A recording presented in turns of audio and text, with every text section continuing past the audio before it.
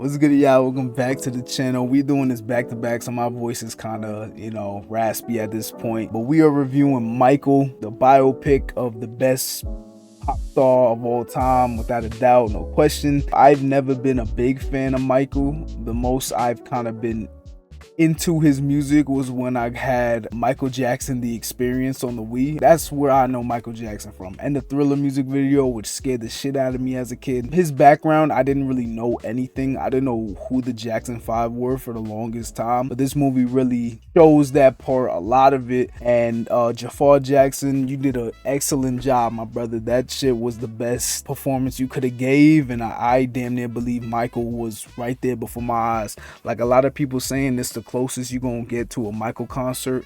So wherever that shit's still playing, I'm about 2 weeks late, but y'all gotta see that shit. Michael fan or not, you're gonna fall in love with the work ethic that's portrayed on the screen. Jafar, his work ethic is damn near just as good, man. He did, oh my god, I think he was casted to do this back in 2023 when he started training for it, and then finally it released, and yo, he's been putting work, man. Like, he made his uncle's legacy proud. The portrayal was so good. Jafar did not want to let his uncle's legacy down. Jafar wasn't part of the Jackson 5 part because that was played by another actor, but the little boy actor, you did good, boy. That singing you was doing was fire. I hope that was really him doing it. But we really got a look on the abusive father side of that, which I didn't know about till watching the movie. Mom kind of being the light in the darkness for Michael and his siblings. And man, the portrayal of his father was so good because it was so realistic to where he was physically abusive in Michael's younger days, and then as he got older, his dad realized he couldn't really be physically, so he tried to get in his head to like bring down Michael and tell him, you might be the most talented, but you're not leaving your brothers behind, and I made you, basically type energy. And then Michael slowly overcoming his dad, because no matter what, no matter how old he got, his dad always scared him. He firmly believed that his dad had strings on him, you know what I'm saying, controlled everything he did. And Michael overcame his dad's pressure in the end, and it was just a dope ass story, man. They didn't really touch on the controversies of Michael, which I think is fine, as long as like in the sequel they do that, because people aren't perfect, you know what I'm saying. You want to show that side. So if Michael's really innocent, you should be liable to tell that story. Y'all should feel confident enough to tell that side of Michael's story. But for a first biopic, that's fine.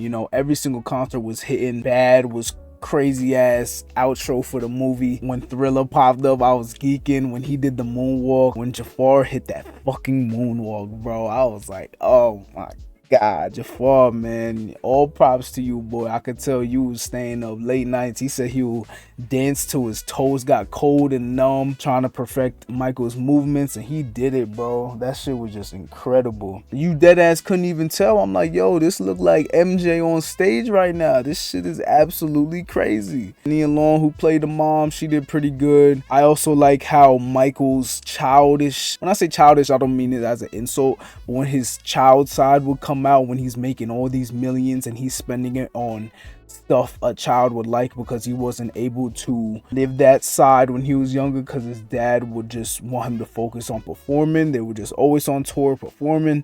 So as soon as he was going solo, he was buying things he loved, his love for animals, because animals didn't expect nothing from him besides love and care. He would buy stuff like that. He wanted to play Twister with his brothers, and his brothers didn't make fun of him for wanting to do it, but his brothers were on to more mature things, and there wasn't beef there. His brothers understood what he was into. Like, it was just dope. Everybody but his dad were really positive influences in his life. At least that's what was portrayed in the movie. I don't really know the real story. It felt like a realistic story, made you view Michael as a real person and not just a celebrity, a very popular celebrity. It really showed that human side of him. It really showed that caring side of Michael. He will just focus on music, being happy soon as he was, and when his dad was trying to force him to go on tour with his brothers, and he ended up doing it.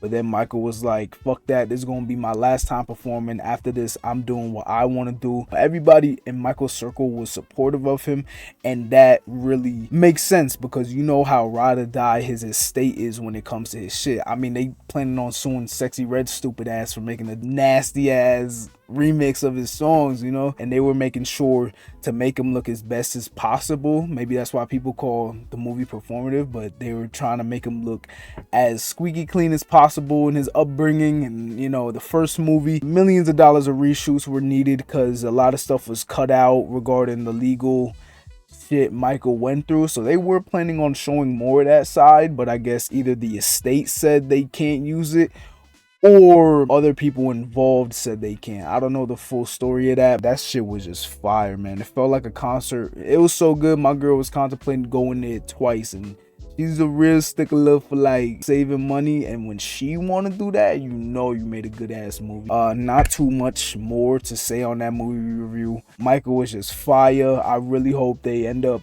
you know, pulling through with the second one. I know it's gonna be just as good, because I know that's just the beginning. You know, there's a lot more of his story to tell. Imagine the fucking Super Bowl performance in the theater. God damn, that's gonna be crazy. Michael, man, I gotta give this movie, I'm gonna give it a 9 out of 10, just because I wanted more flaws in Michael's story to show, and I know it's not fully their fault, but that's the only thing missing. I feel like 9 out of 10 is good. I don't want to give it a 10 out of 10 because there's some things that could have been added in there, because, you know, like I said, the controversies, they could have showed it in a way that's like, oh, you thought this about Michael, well, guess what, this is the facts.